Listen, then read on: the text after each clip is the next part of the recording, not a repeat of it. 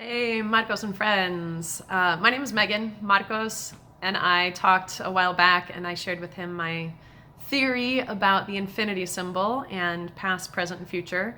And he likes it, so he wanted me to share it with you. So here I go. I've got crayon from my daughter, thanks Kira, her coloring book, and I just drew a little infinity loop for myself. You can do the same thing at home.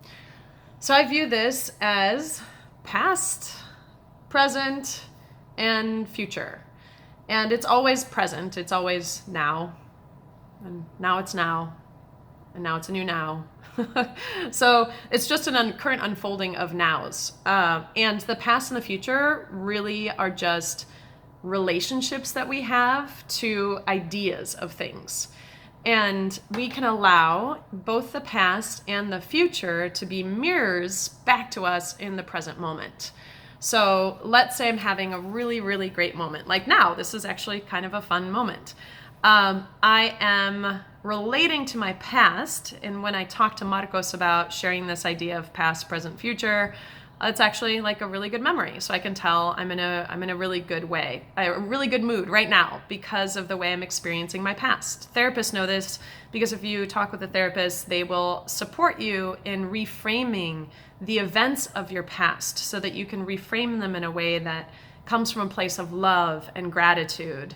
And you can release some of the negative feelings or traumas really from past moments. And you do all of that in the present moment. You're not like going actually back in the past and changing anything. You're using the now, and getting into a really good place of love and gratitude, and then using that space kind of to reframe the past. And we do the same thing with the future. So if I'm having a really good moment or projecting a fantastic future, it's probably because I'm in a really good present moment. And I feel like, fuck yeah, everything's going well and the future's bright and it's amazing. Or we all have those days where we're like, oh my God, my future sucks. Like I'm gonna wake up tomorrow in a job that I hate and I don't wanna do that. That doesn't, you're not actually in the future. You're in the present moment. And if we allow it, those kind of shitty moments when we project ourselves into the future and we think it's gonna be bad, all that is a mirror. See, it's energy, like we're thinking about the future, it's energy, and then it comes back to us in the present moment. And if we're really, really, really present to our current energetic state, we can tell if we need to change something about ourselves or our life. Like if I'm projecting a shitty future of going to my work tomorrow, maybe I might want to consider doing something different. I know that's easy to say, but we're constantly receiving messages from ourselves in the way that we're relating to our past or our future. And it's always now. So this incredible infinity symbol, I think this always now moment is like the field of ultimate possibility, that we can change our future at any moment if we decide to have a new possibility for ourselves. Because although past and the future are really, they're not occurring, but they have weight. And they have weight because we were the ones that made decisions. And all the decisions we made from the past are like a wave and they carry us forward. Like every decision I've made in the past has led me up to this moment right here.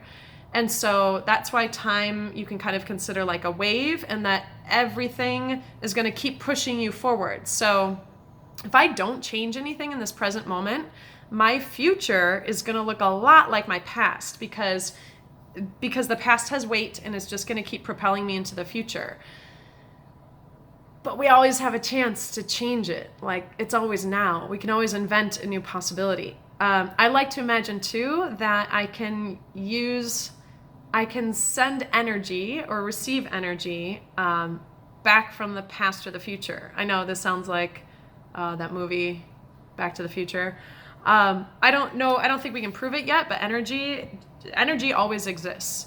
And I think time is the malleable thing. Who knows Einstein's theory of relativity? I have no clue about that stuff, but I do feel like in moments, like really powerful moments, I was sitting with Marcos and Hannah in Chapada 2 weeks ago. That seems crazy, 2 weeks ago. And I was having this incredible moment of gratitude.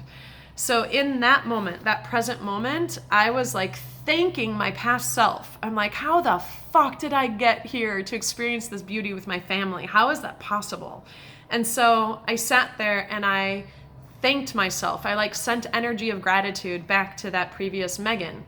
And I also realized that that past Megan made a decision to host Hannah 10 years ago. I decided to host this random guy from Brazil that I had never met. I got an email from him. And I did it because I could. I didn't do it because I had to.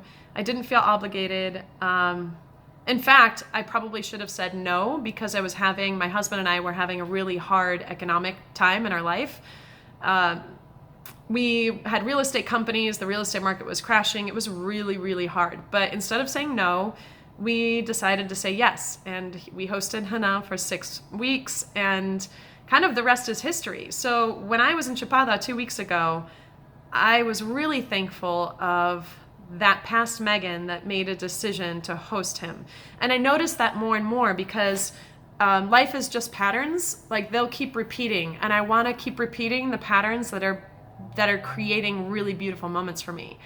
And I know that one of the patterns that keeps creating beautiful moments for me is when I do something not out of obligation, not out of lack, not out of a negative emotion. I do it because I can, without any, without any aim or goal in mind. I didn't decide to host this random guy from Brazil so that 10 years from that moment, he would host me and my family. That's not why I hosted him. I just did it because I did it. And I find that those incredible moments in my life right now, in this present moment, they pay off with dividends. That's the real compounding energy that we want. And we have to know what are those, the past, present, and future. What past energies are bringing you the things that you really, really, really are enjoying today, and how can you do more of that in the future, because all they are is just an energy of the present moment, and it's just patterns that we'll recreate. So I feel like I can send gratitude back to my previous self, and I feel like sometimes if I'm having a hard time making a decision in the present moment, I try to be open to imagining a future self that's really grateful. And that future self that's really grateful, how did I make that decision in the present moment? I hope this is making sense. It's kind of a lot for me. It's hard to describe in words. Anyway, it's past, present, and future are more than just energy too. They are energy, and we're sitting in a physical space. So if you look at everything around you, that our physical space came from a whole bunch of decisions that we made in the past. And the better we can get at the present moment, because it's always present, and acting from a place of gratitude and love and trust. God, I've had to learn how to trust myself a lot. And openness. Those are the things that work for me in the present moment, because those are the moments that when I reflect and I'm having these massive, just moments where I'm so thankful for life. I got that moment because of the person I was in the past, making really fantastic decisions from a place of love and trust and gratitude. Yeah, does that make sense? And this now, we can always, always, always shift and create a new future for ourselves. And you always have clues as to how you're doing in the present moment. If you're thinking about your past in a really negative way, it's something that you can shift in the present moment. If you're projecting a negative future, you can shift that in the moment. I've got tons of practices of what I do. One really good one is journaling. So I just write, and I write whatever I need to.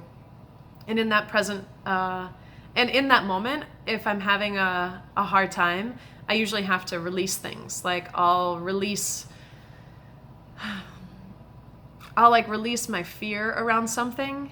I'll release control. All of these things that make my energy tight and restricted, I just release them because they're not really happening in the present moment. And it's that energy, if I make decisions from this like need to control things, the future that it creates, like it's not a really good one. And then I have to wonder, like, how did I get here? Oh yeah, I made that decision from a current energy place of lack, or I thought I needed to control something or someone, and those don't usually end up to be fantastic present moments. I usually have some forgiveness or something that happens that I have to release than that past. I have no idea if this is making sense. Marcos, tell me, does this make sense? Bye.